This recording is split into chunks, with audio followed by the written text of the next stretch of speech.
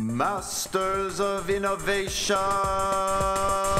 Looking towards the future with anticipation, raising up the technological conversation from the east to the west and all across the nation. If knowledge is the cure, then we got the medication. We're the masters of innovation, the masters of innovation. We're the masters of innovation, the masters of innovation. Welcome, everybody, to the Masters of Innovation. Here with the cutting-edge knowledge you need to evolve into tomorrow.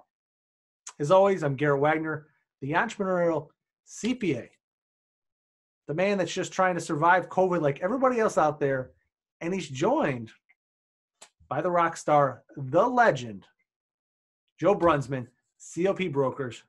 Joe, how's it going today? Living the dream. I'm actually thriving during COVID. I just want you to know. Thriving. That's a big statement, Joe. I'm happy to hear that you're thriving. Also, for all our viewers out there, believe it or not, I talked to Joe's wife for the first time ever recently. She does exist. So I was able to verify that through third-party verification. His wife is real. She's real. She exists. And I have 2 kids. I haven't talked to them, so I cannot verify the legitimacy that his kids exist. But Joe, speaking of like verification and third parties, I want to talk today about what we can and can't say, otherwise known as comfort letters. Because we look at the U.S. economy today, mortgages and mortgage refinance are pretty much at an all-time high. With rates low, even with a financial crisis looming, people are still buying houses, still refinancing, which means they're going to get requests from the lenders for financial documents, for verification. And a lot of times they come knocking on our door as the CPAs, as the accountants. And they make some of the most crazy, ridiculous, absurd requests ever. And we get stuck in this weird middle ground. Joe, I can tell you, I've done this myself many times, several times this summer, where I've got to really argue with a bank around like what we can and can't say. And it frustrates me because it's 2020. And the rules around what we as CPAs can and can't say when it comes to lending are not new. It's not some big change that just came out. Like for the longest time, it's been pretty specific that we almost can't say anything. Like we get to say they are a client, we prepared their tax return, we didn't verify the information, thank you. But we get these requests from bankers, and we both love bankers. We've talked about them before. Big fan. All kinds of things like, oh, I want you to sign their balance sheet and income statement for their business. I want you to write a letter saying the business won't go out of business because they buy a house. I want you to verify XYZ, all kinds of things. It's just crazy. So Joe, I thought we could spend some time talking about what can we actually say, understand the nuances of this, because it's important, and bankers just do not get it, and they drive me crazy. They drive me crazy. So Joe, you are the master. What do you think? So, when it comes to actually responding to these so-called comfort letters, I get these requests all the time, right? CPAs, I work with over 350 some odd CPA firms. So we see these requests quite often. There's kind of like 2 considerations here to think about. So the first one is actually professional standards. And the second is how to actually communicate that effectively to clients. Because clients obviously don't, they're not reading the professional standards of a CPA, right? They're not like delving into the AICPA professional standards interpretations. So like they don't know that. So there's really kind of like 2 sides to it. The first thing I would say is bankers are obviously in the business of protecting their balance sheet. So what they're essentially trying to do here, and we'll get into like why a CPA, shouldn't provide those types of assurances.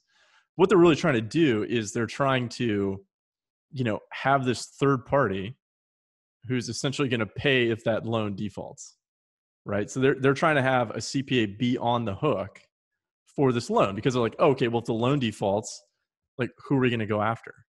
Well, they're going to go after the CPA because the CPA has insurance and they know that. And Joe, I think that's an important part right there. If you're asking yourself why they want me to do that, that's why. It's not because the banker thinks you're great. It's not because he's your buddy. It's not because the client likes you. It's quite simply the bank says, you know what?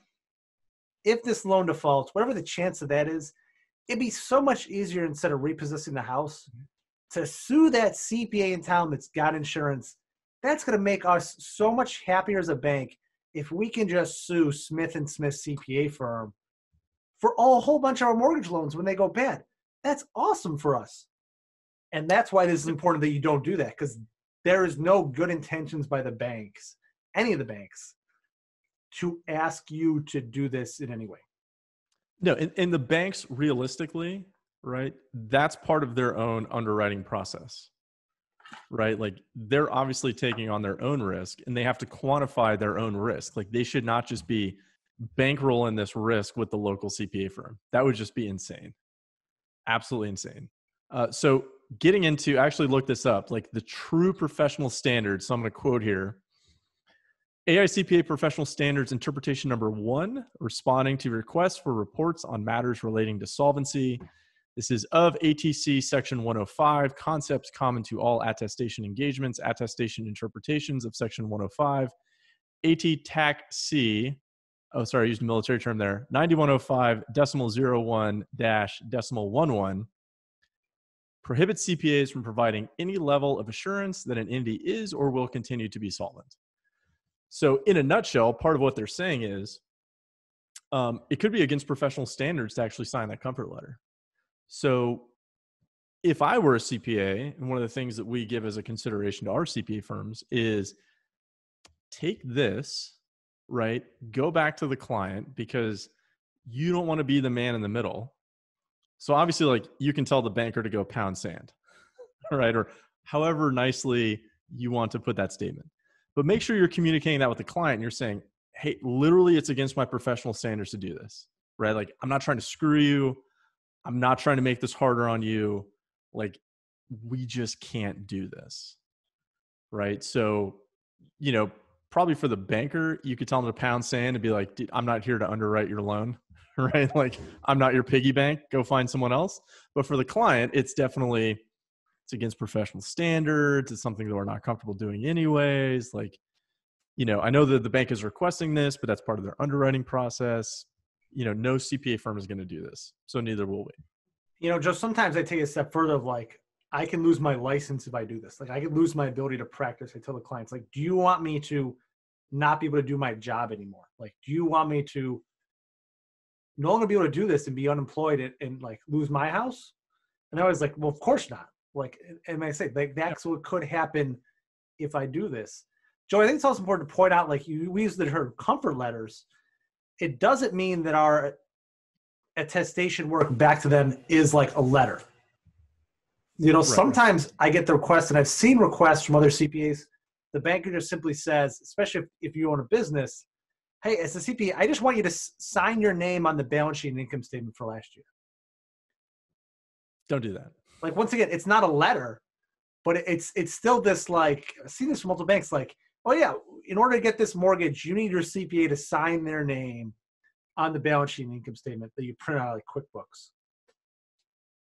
Joe, it's not a letter, but it's still there. What essentially the bank is trying to say is like, well, no, that CPA signed this, that it's accurate. Now, whether or not that would hold up in court, I don't know, but I wouldn't like. You don't want to try and defend that. Yeah. It's going to cost money to prove that you were right if you were right. And I wouldn't take that risk personally. Yeah. So very, very important is this is all happening. This is all shaking out. I think Joe said it very well. Like, sympathize, get your client to sympathize with you, that you just literally cannot comply with this.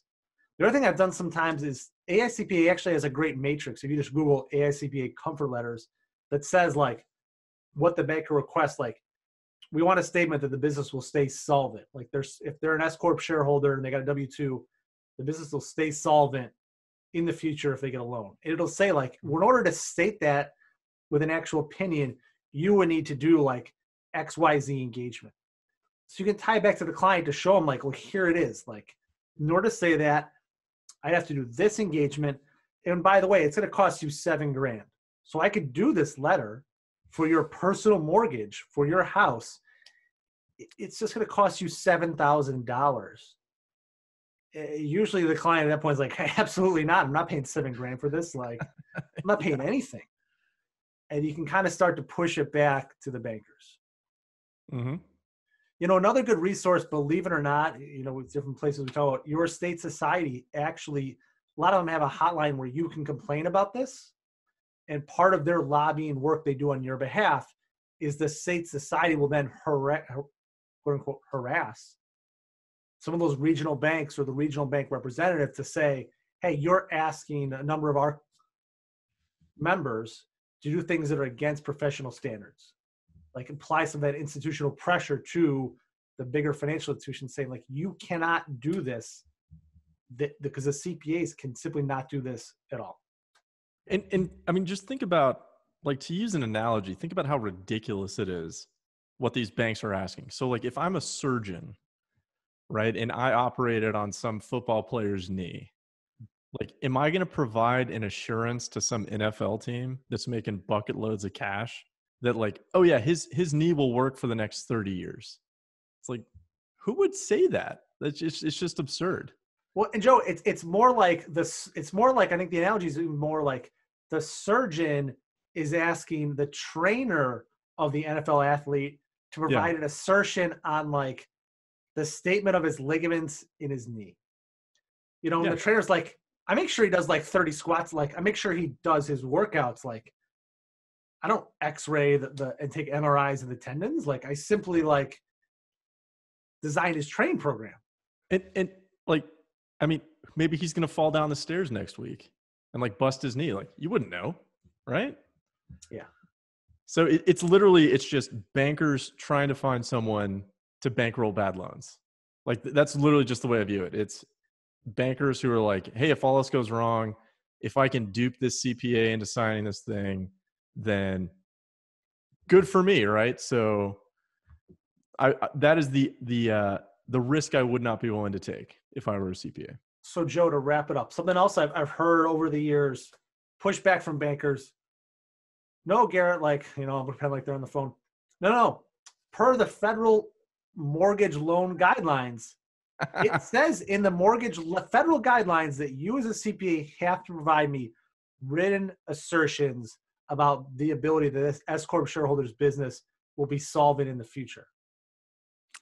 I would love to see that document. I'm pretty sure that guy is reading from a script and you're like, hey, that's awesome. That is news to me. If you could please send me the entirety of that document with it highlighted, right, I'd be more than willing to talk with you in the future. And I highly doubt that any loan officer, whoever the case may be, is actually going to go look that up, because I don't think it exists. We were talking about this before the show. I mean, the AICPA has lobbied on our behalf to have that not exist in the federal guidelines. And if it did, they'd put out immediate guidance saying, oh, by the way, everything we said for the past 20 years about comfort letters has changed. And just so you know, we're going to lobby as hard as we can today to get it put back because we believe this is completely outside scope. Yeah, I'll give the AICPA credit for that. They have done a good job. So, Joe, any final words as we wrap up? What can we say as accountants in these turbulent times in 2020? Yeah, I would just say, communicate effectively with the client. That's probably going to be the biggest thing for a CPA, right? So, like, obviously you can tell the bank to go pound sand. You can say, hey, it's against professional standards, but, obviously for that person, like, it's a huge life moment for them. It's, probably the biggest investment they're ever going to make. They're probably stressed out. Like, when I had to apply for my mortgage, which, by the way, I believe derives from the Latin term for death contract. When I had to do that, like, they're just asking for like a million things. I'm trying to keep track of all this. It's like you're juggling 1,000 balls at once. So as a CPA, just use that as an opportunity to, really provide additional services to the client. Like, really explain to them, like, why you can't do it, why it's a bad thing. Don't just, like, write it off completely, or else you're just going to piss off your client.